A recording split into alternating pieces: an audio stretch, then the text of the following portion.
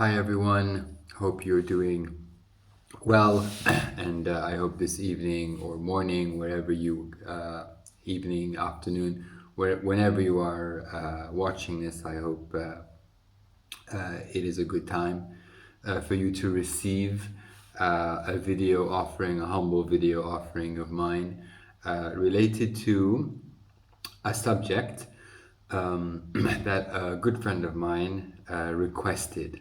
So this opens an invitation to many other people. If you are interested in me speaking about a topic, please feel free to communicate with me and I'll see what I can do. So my friend asked me to speak about the subject of giving. So giving is a really big deal, and I think sadly we are conditioned in school to think about giving to be pretty much financial, money related. But I've just come from an experience a few minutes ago that had me thinking of the theme, and I just want to share with you a live example. Just happened only a few hours or two ago. So a beloved cousin of mine got engaged, and this was a very big, happy occasion. And his father, my uncle, gave my father, who is the eldest in the family, the permission to speak on his behalf.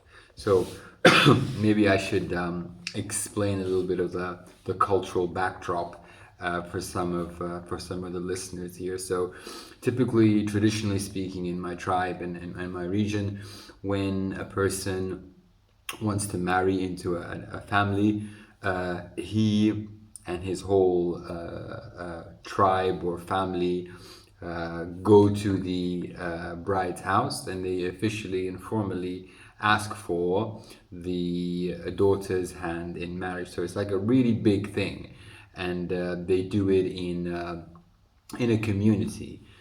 So that's very different from the Hollywood version of getting down on one knee and saying, "Will you spend the rest of your life with me?"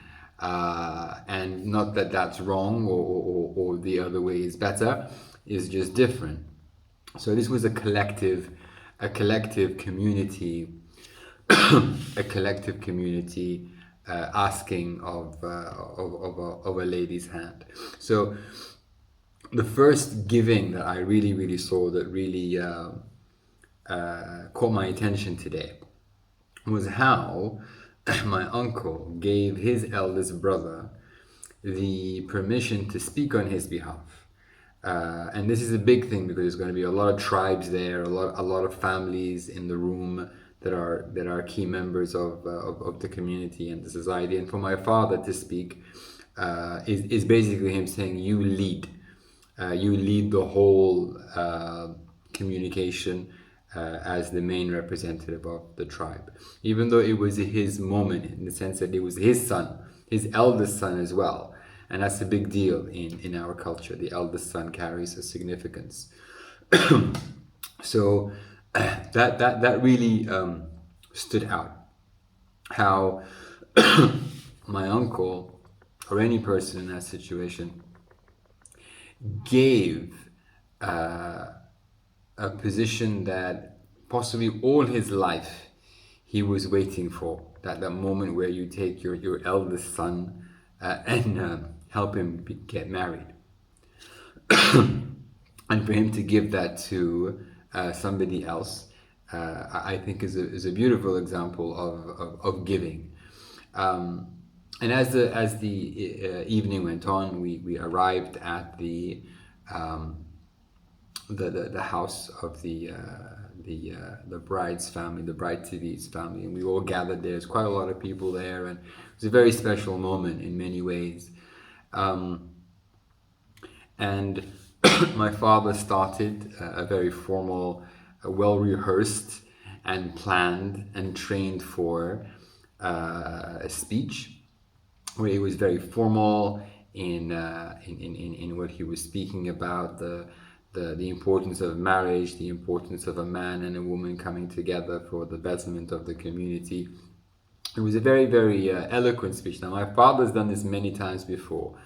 I'm his eldest son, so I've been going around with him since I was a child, and I've seen him do this. A lot of people actually pick my father just for this specific role, so that they start the relationship off well. And I'm very fortunate to be a son of a community leader like that. So, as my father was in the mid flow of the well rehearsed speech, and just as he was about to ask the question, the basic question says, after the formalities of starting, he'd basically say, "We are here to ask for your daughter's hand in marriage." And just before he got to the for part, we are here. He said the words, "We are here too." And just at that moment, the eldest man in the room, we're talking, I think, 80, 85, 90-year-old gentleman, started to interrupted my father.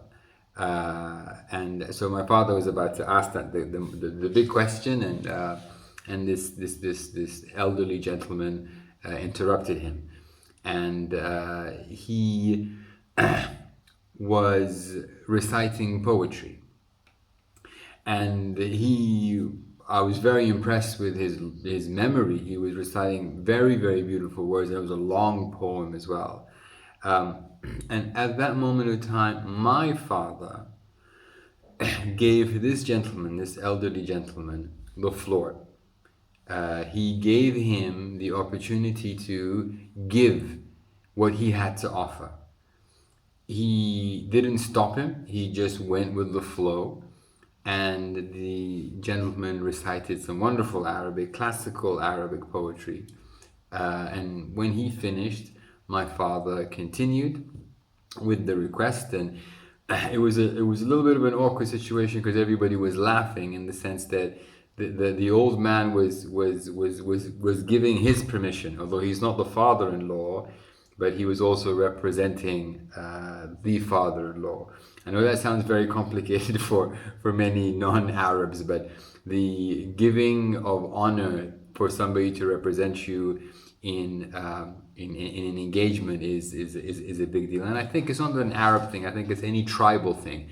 Any group of people that live in a tribe or in a community would have that, I think, as a norm. So there was a lot of giving in this whole situation. My uncle gave my father permission to speak on his behalf. My father gave the old man permission to recite the poetry in the middle of his well-rehearsed speech. And obviously the father-in-law gave his daughter away on that particular occasion.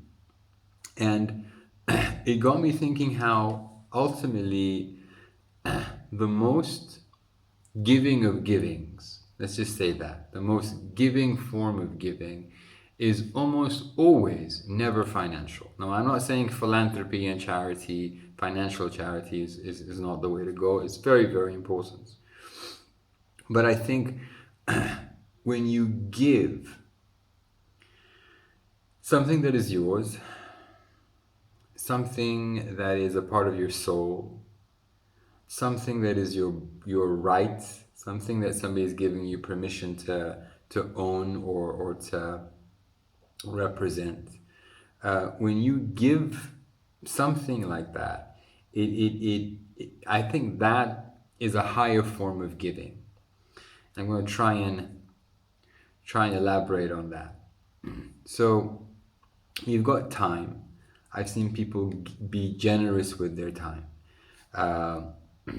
And by that I mean their complete focus and their complete attention. You can be in the room with someone for an hour and you can give them an hour of your time, but if you're not with them, then you're not really with them, and the time is just something that is wasted. But to give someone your complete attention, to drop what you have and just listen and feel Listen to the words that have been spoken and how they're being spoken. When you give complete attention to a person, you pick up so many things, not only about the person, but about yourself. And I think that is a rarity, because we're so, today, in this modern world, we're so busy, we're so time bound, we got to get from place to place. You're barely listening to the person, let alone seeing and listening to how the person is saying these words. I think we're very absent. We're in the room, but we're not in the room.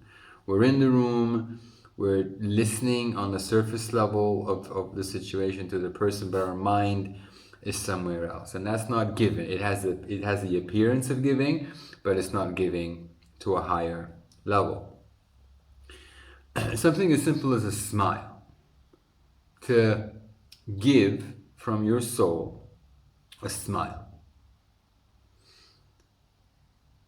I think is a wonderful thing. It costs you nothing, and it can change everything. It can change everything to you, and it can change everything to the person you are smiling to. And I'll give you an example that I've discovered. Somebody told me this today, actually. So all the examples I'm giving you are fresh examples from the earth and farm and soil of my life, which is all I have to give.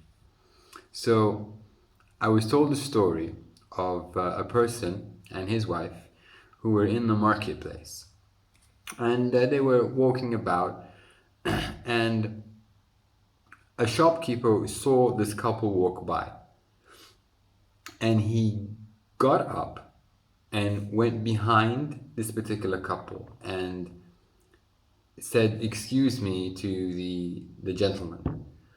And the gentleman turned around and said, "Yes." And he said, "I just want to tell you one thing. I want to tell you to smile. Smile more, and your life will be so much better." That's it. That's all. And he went back to his shop and he sat down. And I think that is a really interesting story, because the person had nothing to gain. He wasn't going to gain a customer. He's a shopkeeper. He just sees two people go by, but he's looking. He must have been very very attentive, and he saw this one particular person out of all these particular people. He didn't go up and say that to everybody. He just saw one particular person. Something in his mind connected, and some urge had to have him go up to this complete stranger and tell him, "You, yes, you, not anybody else, you need to smile a bit more." And that's a form of him giving. He was giving advice. He saw something and he gave advice. And that is a beautiful form of giving. Whether it's time, a smile, attention, honor, all of these things don't financially come out of a bank account.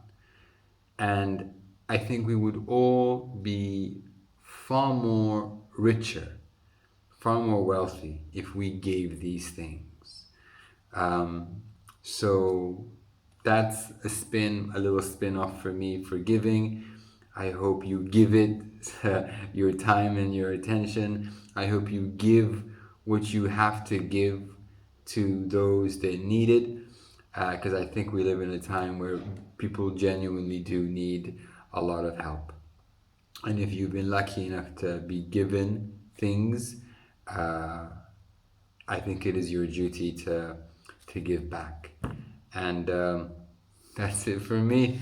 I wish you well, and see you again soon, inshallah.